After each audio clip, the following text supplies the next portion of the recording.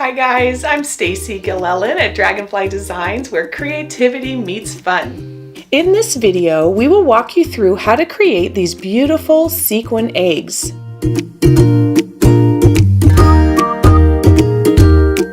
I really love how you can put them into a bowl or clear vase and create a gorgeous centerpiece for your table.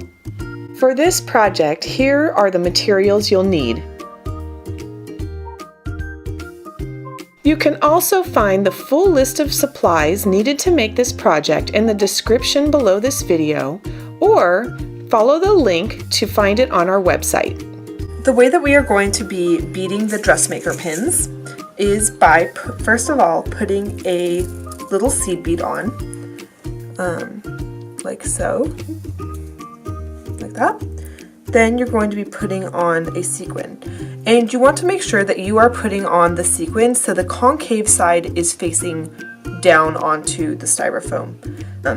So you're gonna string it on like this, so you have the little seed bead and then the sequin. And you are going to stick the little dressmaker pin in. And then because these are square, I'm just going to position it a little bit so it correctly fills in the gap on the styrofoam, and then press the pin in like so.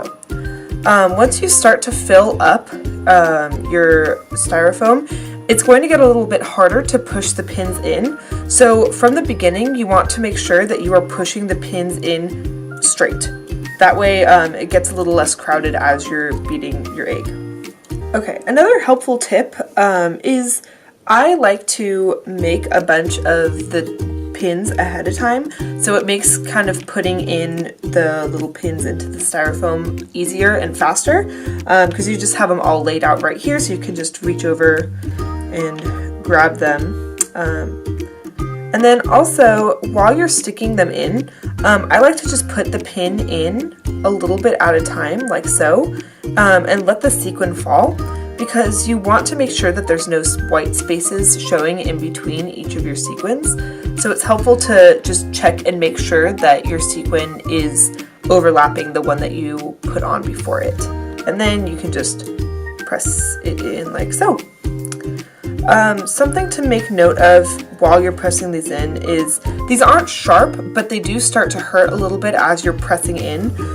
So sometimes it's helpful to have a thimble, or the lid of the dressmaker pin box also helps to kind of push it in, because it's a harder surface than your finger is.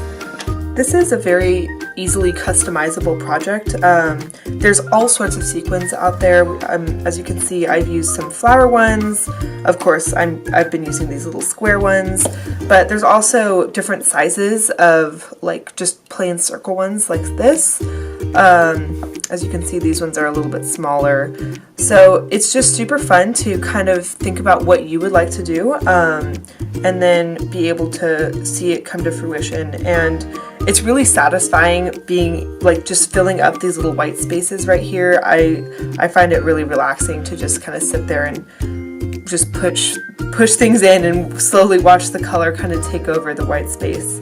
Another thing that people like to do is sometimes they have a little Easter tree that they want to hang their eggs off of, kind of like ornaments, in which case you can just cut a little loop of string like so, and then attach it to the top of your egg with one of your pins to make a little loop at the top so you can hang it from your tree.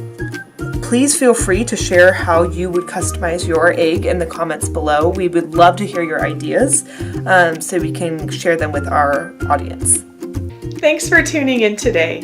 If you enjoyed this video, please give us a thumbs up and share it with your friends or family. Make sure you subscribe to our channel so you don't miss out on any future DIY tutorials. Until next time, stay crafty, my friends.